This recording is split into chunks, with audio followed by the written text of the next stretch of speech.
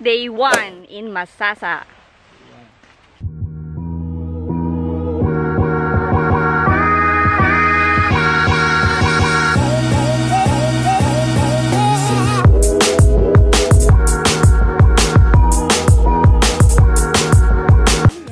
One thing I like dito sa kay Nanay Rosie is marami siyang hammock. Ang dami oh. One, tapos kay Lem, tapos din sa higaan ko. Tapos meron pa doon yung higaan ni Ninyo. Oh, di ba ang dami? Tapos meron pa mga ano yung antag doon. Ayun, meron pa sa loob. This is so great!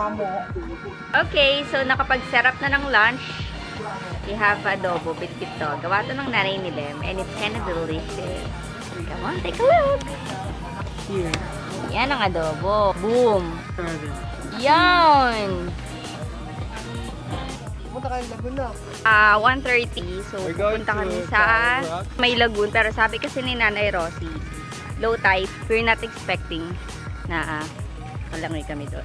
Pero, after nung sinasabing lagoon, there is, ang tagdan, Tower Rock. Tower of the Rock. And then, nandun yung cliff jumping. Lalakad muna kami. Yay!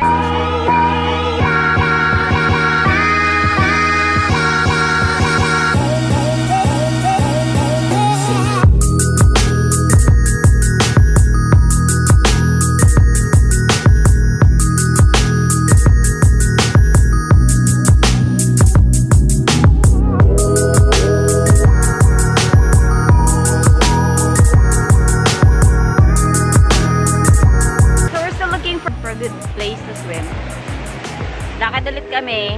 Dito kami sa lagoon. Yan. So, init. Pero buti na lang. Lumabas si Haring Araw. See the kids. Diyan tayo?